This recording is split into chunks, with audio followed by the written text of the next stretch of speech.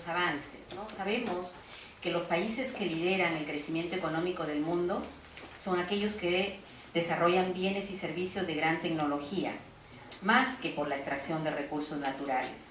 La tecnología, la información, el aprendizaje, las capacidades y experiencia de los trabajadores, la cooperación, la formación de redes, entre otros, son factores cada vez más importantes dentro de los procesos de producción. El cambio en el tipo de bienes transables y el valor de los mismos nos indica que estamos inmersos en la sociedad del conocimiento. El conocimiento teórico se ha convertido en la fuente principal de innovación y el punto de partida de los programas políticos y sociales. Este tipo de sociedad está orientado hacia el progreso tecnológico y la evaluación de la tecnología, y se caracteriza por la creación de una nueva tecnología intelectual como base de los procesos de decisión. Con esta reflexión quisiera empezar este seminario de título Respondiendo a las necesidades de la empresa, rol de la propiedad intelectual en el marco de los fondos FINSIF, Fidecom y Fondesit. Para iniciar este seminario invitamos al doctor Modesto Montoya, quien nos dará una conferencia sobre ¿pueden las patentes medir el grado de innovación de una sociedad? Por favor, recibamos con un aplauso al doctor Modesto Montoya.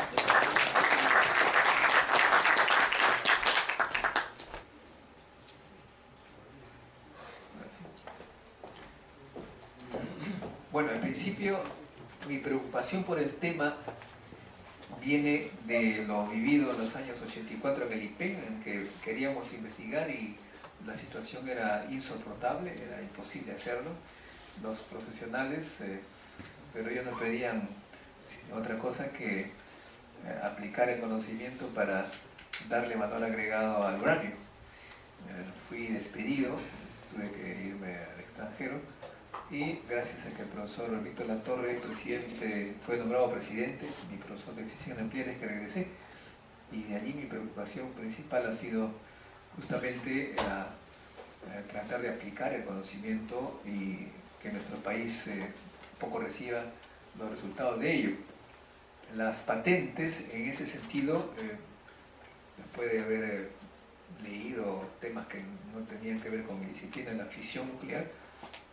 Me pareció que eran un indicador de la creatividad de un pueblo y que se manifiesta de diferentes maneras.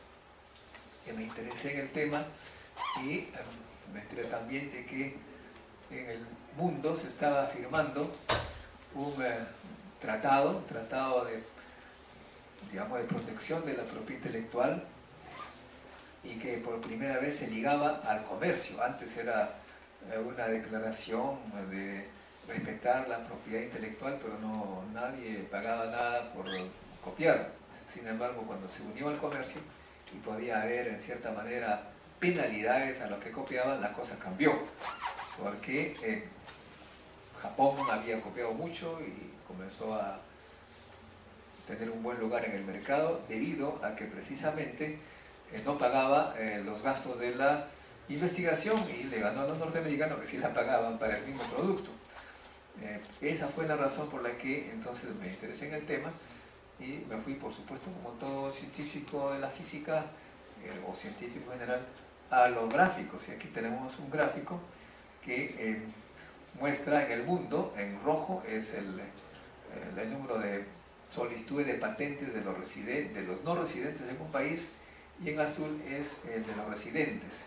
Y claramente se ve que en el año 94 cambió la situación, la tendencia era de un estancamiento, y en el 94-95 comenzó a subir el número de solicitudes de patentes. Eso se debió básicamente a este tratado que fue en 1994 justamente, y que las empresas norteamericanas obligaron, por así decirlo, a los países a través de su gobierno a firmar este tratado para que no le copien sus inventos. Bien, desde el 94 al 2010, más que se han duplicado el número de solicitudes de patentes. Y esto significa pues que en el mundo ha habido grandes cambios por países, no todo ha sido igual. Acá en Estados Unidos, por ejemplo, que es el país que incentivó y promovió este tratado. El 95 fue fundamental para cambiar la tendencia de las patentes, tanto de los norteamericanos como de los extranjeros.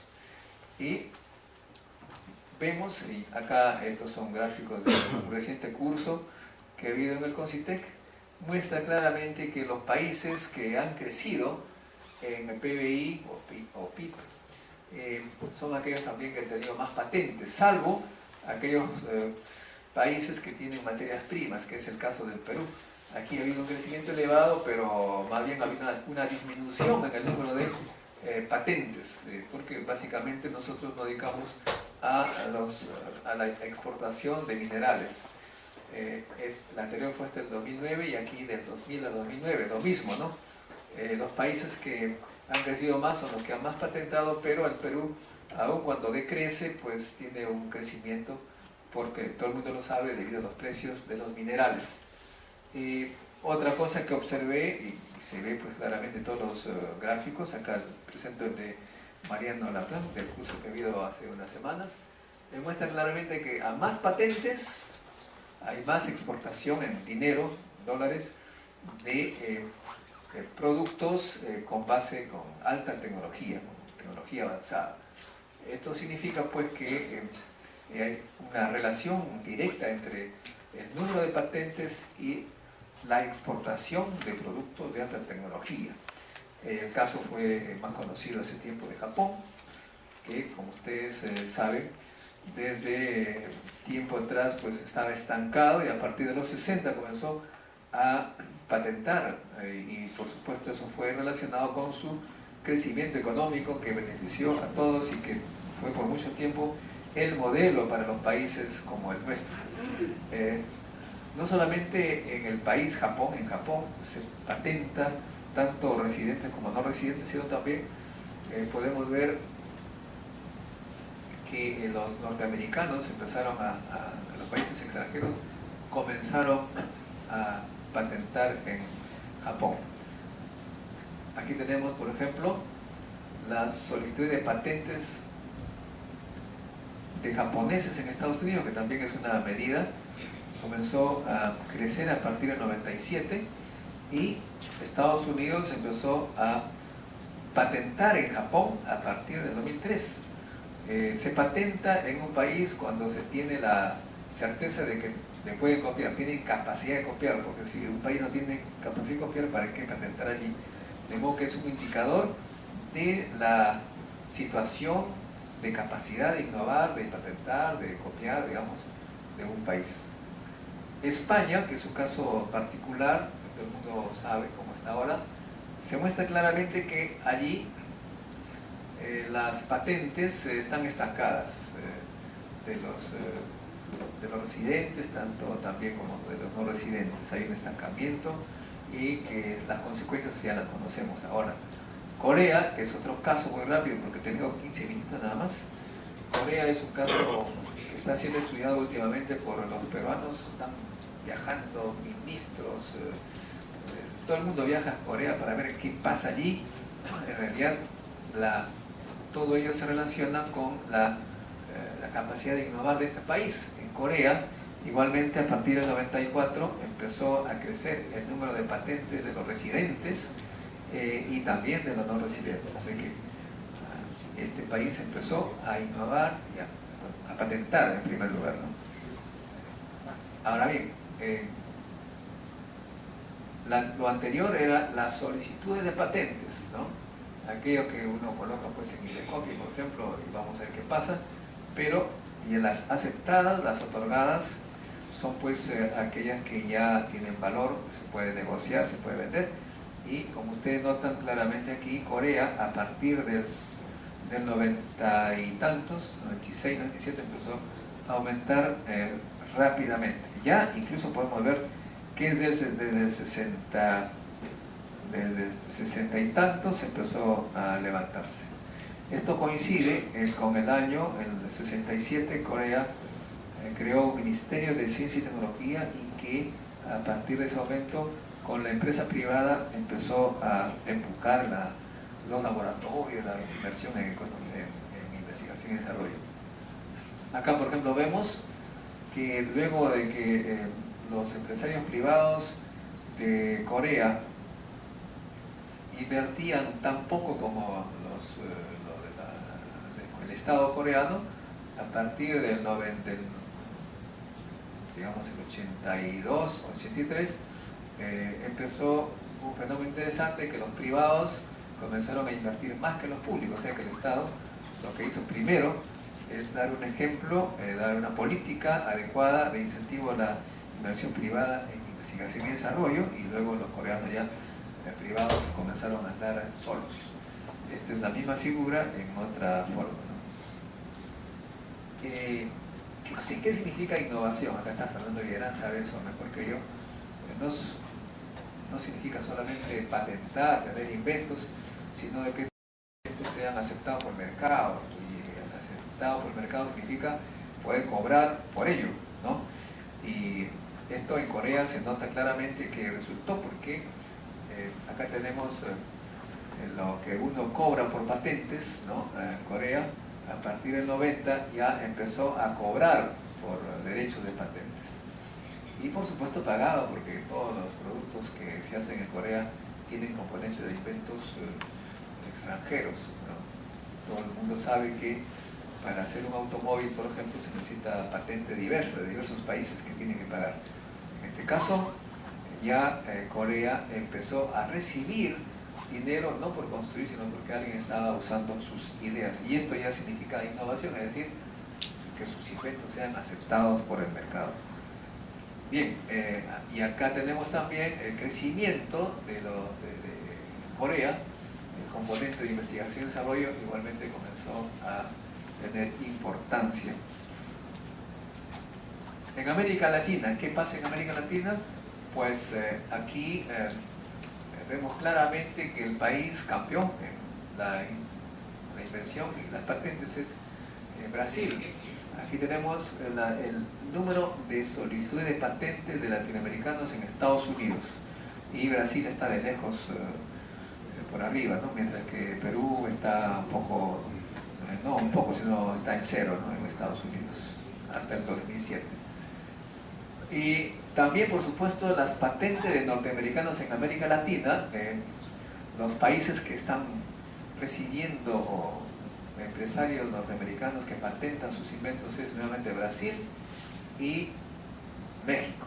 Son países que tienen capacidad de producir cosas con patentes extranjeras, y por lo tanto los norteamericanos se preocupan para que paguen por ello y van a patentar en México. Nuevamente Perú, un poco que está bajo en ese sentido, pero de todas maneras hay un crecimiento en nuestro país. Ahora bien,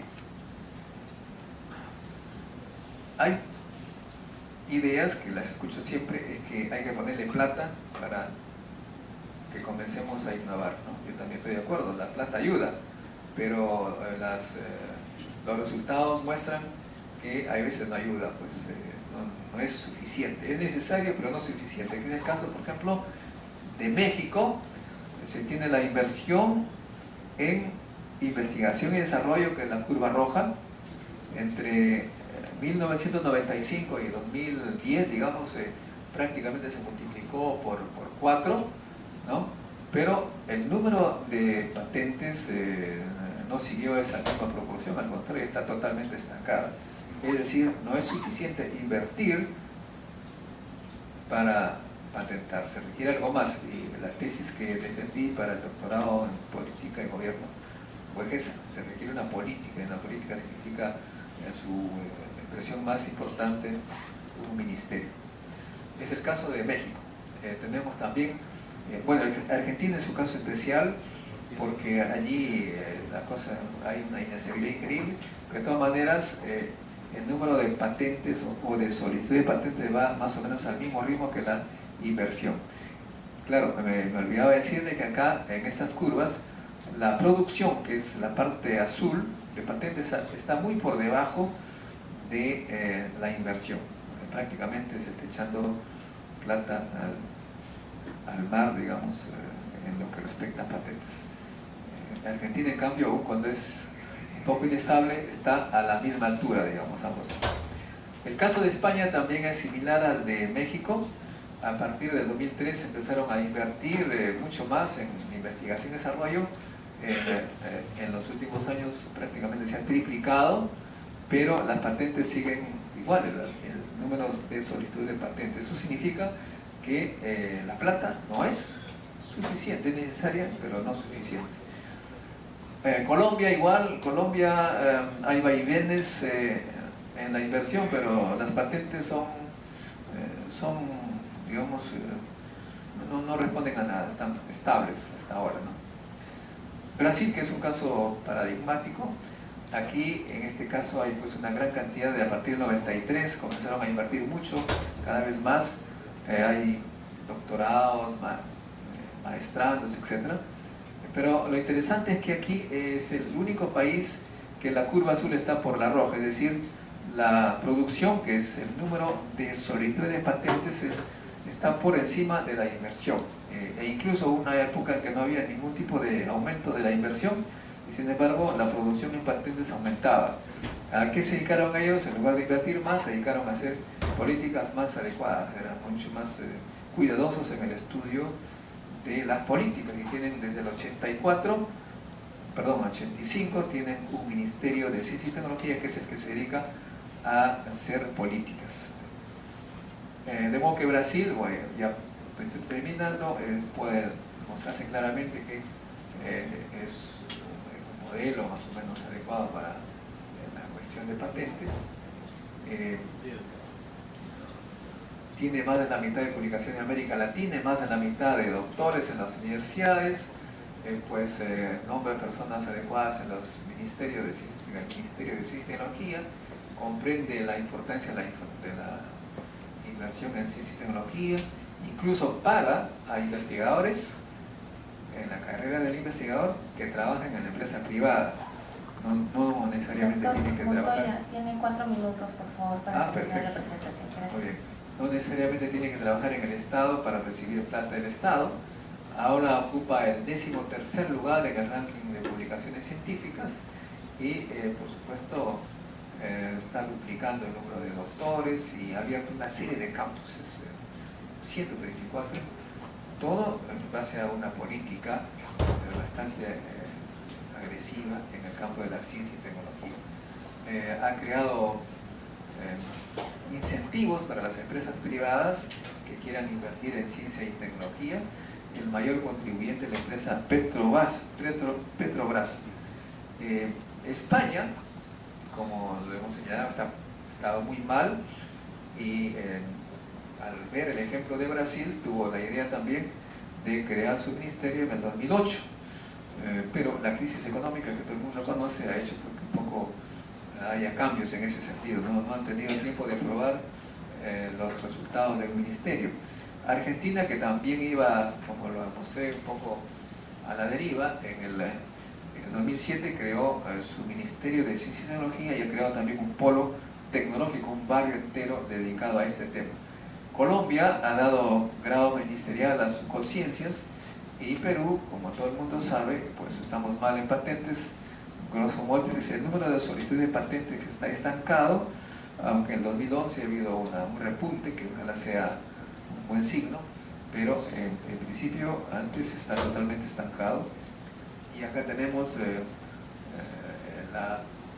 la internacionalización de las solicitudes de patentes. Ahora uno solicita por todo sitio, y en Perú lo que es importante notar pues este problema del estancamiento que hay en el número de solicitudes de patentes.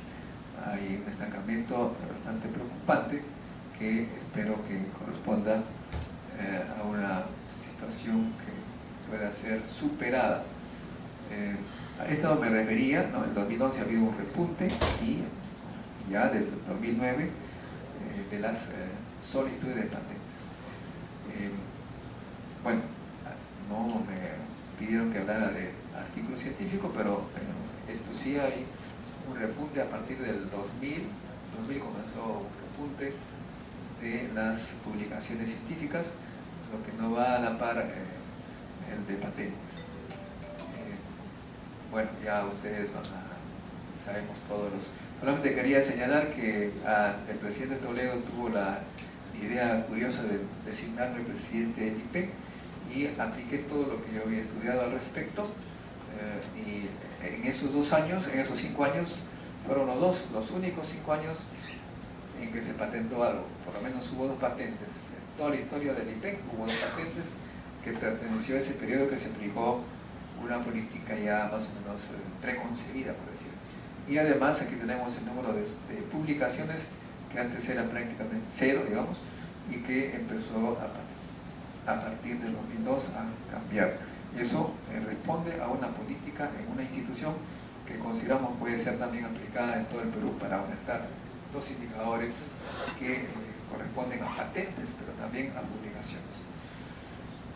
Gracias, 15 minutos exactos.